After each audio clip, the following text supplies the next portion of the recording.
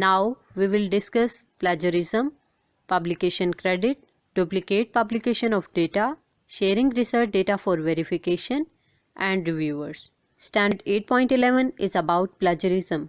Plagiarism से मुराद किसी दूसरे के काम को या रिसर्च को बगैर उस शख्स के कॉन्सेंट के अपना काम प्रेजेंट करना है। कोई भी पब्लिश या अनपब्लिश मटेरियल प्रिंट या इलेक्ट्रॉनिक फॉर्म में प्रेजेंट करना और उस काम को अपना काम क्लेम करना प्लेजरिज्म की डेफिनेशन के अंडर आता है। रिसर्चर्स नो डाउट रिसर्च करते वक्त प्रीवियस पब्लिश या अनपब्लिश काम से हेल्प लेते हैं, लेकिन ऐसा करते हुए उन्हें कोशिश करनी चाहिए कि वो उसको एज इट इज़ ना लिखें, ओरिजिनल ऑथर को एक्नॉलेज करें, प्रॉपर साइट करें and do not present someone else's work or idea as his or her own without their consent. Therefore, Standard 8.11 guides that psychologists do not present portion of another's work or data as their own, even if the work or data source is cited occasionally. Hence, one should not present other work as his or her own, and contribution of original author should be acknowledged. Standard 8.12 is about publication credit. Previously हमने research work को report करने और present करने से related ethical guidelines देखी थी। अब हम पब्लिकेशन के पॉइंट ऑफ व्यू से बात करेंगे। अक्सर रिसर्चेस एक से ज़्यादा लोगों की कंट्रीब्यूशन पर बेस्ड होती हैं और मुख्तलिफ लोग ग्रुप में रिसर्च करते हैं या अपनी एक्सपर्टीज़ के बेस पर किसी रिसर्च में कोई स्पेसिफिक टास्क परफॉर्म करते हैं। तो जब भी कोई रिसर्च जिसमें एक से ज़्यादा ऑथर हों, रिसर्चर को चाहिए कि वो अपने किए गए काम का क्रेडिट ले, और अगर कोई रिसर्च एक ऑथर पब्लिश करा रहा है तो उसे इंश्योर करना चाहिए कि उसने वो काम एक्चुअल में किया है, यानी वो किसी दूसरे के काम को अपने नाम से पब्लिश या प्रेजेंट ना करे। So standard 8.12 has provided some guidelines regarding publication credit. Section A of this standard guides that psychologists take responsibility and credit, including authorship credit, only for the work they have actually performed or to which they have substantially contributed. और जो काम उन्होंने खुद नहीं किया या जिस काम में उन्होंने कंट्रीब्यूट नहीं किया वो उसका क्रेडिट नहीं लेंगे। Next standard 8.12b further highlights that principal authorship and other publication credit accurately reflect the relative scientific और professional contribution of the individual regardless of their relative status. यानी जब भी कोई काम पब्लिश किया जाता है तो उसमें ये डिसाइड करना होता है कि फर्स्ट ऑथर कौन होगा, सेकेंड ऑथर कौन होगा। ये ऑथरशिप डिवीजन मेंबर को उनके किए जाने वाले काम की बेस पर दी जाती है। किसी भी शख्स के रिलेटिव स्टेटस की बेस पर उसको ऑथरशिप नहीं दी जाएगी। मसलन अगर किसी यूनिवर्सिटी के रिसर्चर्स ने कोई रिसर्च की है तो सिर्फ उन रिसर्चर्स को उनके किए जाने वाले काम की बेस पर ऑथरशिप दी जाएगी, और यूनिवर्सिटी के दूसरे लोग यानी डीन्स, डायरेक्टर्स और डिपार्टमेंट चेयर्स वगैरह को महज उनकी सीनियर पोजीशन में होने की वजह से ऑथरशिप नहीं दी जाएगी जबकि उन्होंने कोई कंट्रीब्यूशन ना दी हो। However, minor contributions of someone to research or to writing for publications are acknowledged appropriately, such as in the footnotes or in an introductory statements. Next, Section C इस बात को तस्लीम करता है कि डॉक्टोरल डिसर्टेशंस या PhD के थीसिस में स्टूडेंट ओरिजिनल और इंडिपेंडेंट कंट्रीब्यूटर के तौर पर काम करता है और PhD थीसिस में मेजर कंट्रीब्यूशन स्टूडेंट की होती है। तो ऐसी सिचुएशन में स्टूडेंट को उसकी डिसर्टेशन की बेस पर प्रिंसिपल ऑथरशिप मिलनी चाहिए। So the standard guides that except under exceptional circumstances a student is listed as principal author और any multiple author article that is substantially based on student doctoral dissertation. So faculty advisor discuss publication credit with students as early as feasible and through the research and publication process as appropriate.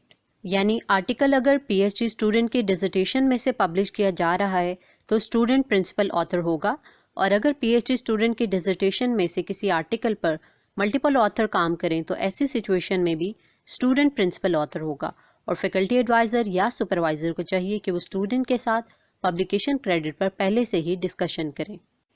Next standard 8.13 is about duplicate publication of data. This standard prohibits psychologists from publishing same data again and again. For instance, researchers should not publish the previously published article in another journal claiming it to be new. So the standard 8.13 guides that psychologists do not publish as original data that have been previously published. However, this does not preclude republishing data when they are accompanied by proper acknowledge, because data published without acknowledgement may result in violation of copyright law. Standard 8.14 is about sharing research data for verification. This standard emphasizes the importance of sharing and verification of data. So this standard advises psychologists not to withhold data from other professionals on which their conclusions are based, because it gives a chance to other professionals to re-verify result and claim through reanalysis. मसलन अगर एक research claim करती है कि social support को increase करने से इंसान का लेवल ऑफ हैप्पीनेस इंक्रीज़ किया जा सकता है, तो रिसर्चर को चाहिए कि वो अपनी फाइंडिंग्स और डेटा को दूसरे प्रोफेशनल्स के साथ शेयर करें ताकि वो रीएनालिसिस करें और रिसर्चर्स के क्लेम को वेरीफाई करें कि वाकई ऐसा है या नहीं है. But in doing so they should protect the confidentiality of the participant. However, this standard does not preclude psychologists from requiring that such individuals or group be responsible for costs associated with the provision of such information.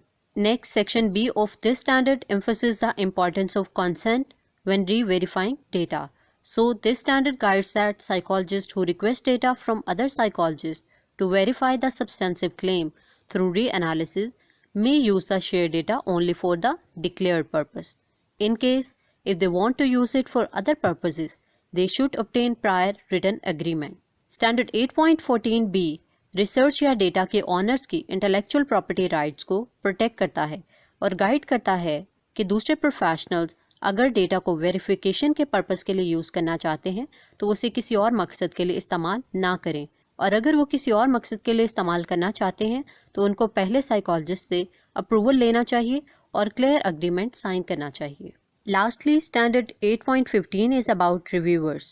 This standard guides that psychologists who review materials submitted for presentation, publication, grant, or research proposal review respect the confidentiality and proprietary rights in such information of those who submitted it. ये standard उन psychologists को guide करता है जो reviewers का role play करते हैं, मसलन किसी जर्नल के editors और reviewers, या कॉन्फ्रेंस के लिए आने वाली प्रेजेंटेशंस के रिव्यूअर्स, या वो रिव्यूअर्स जो रिसर्च प्रपोजल को रिव्यू कर रहे होते हैं. तो उनको चाहिए कि वो रिसर्चर की कॉन्फिडेंशियलिटी को मेंटेन रखें और रिव्यूड मटेरियल का गलत इस्तेमाल ना करें. जैसे ही रिव्यू हो जाए, रिव्यूड मटेरियल साइकोलॉजिस्ट को रिटर्न करें, और इन केस रिसर्च एक्सेप्ट ना हो या रिव्यू कंप्लीट हो जाए तो इस मटेरियल को डिस्ट्रॉय कर दें ताकि इसका मिसयूज़ ना हो और रिसर्चर की कॉन्फिडेंशियलिटी मेंटेन रहे. Students, I hope you enjoyed learning about research and publication ethics. In the next lecture, we will discuss Ethical Standard 9 related to assessment. Till then, stay blessed, keep reading. Allah Hafiz.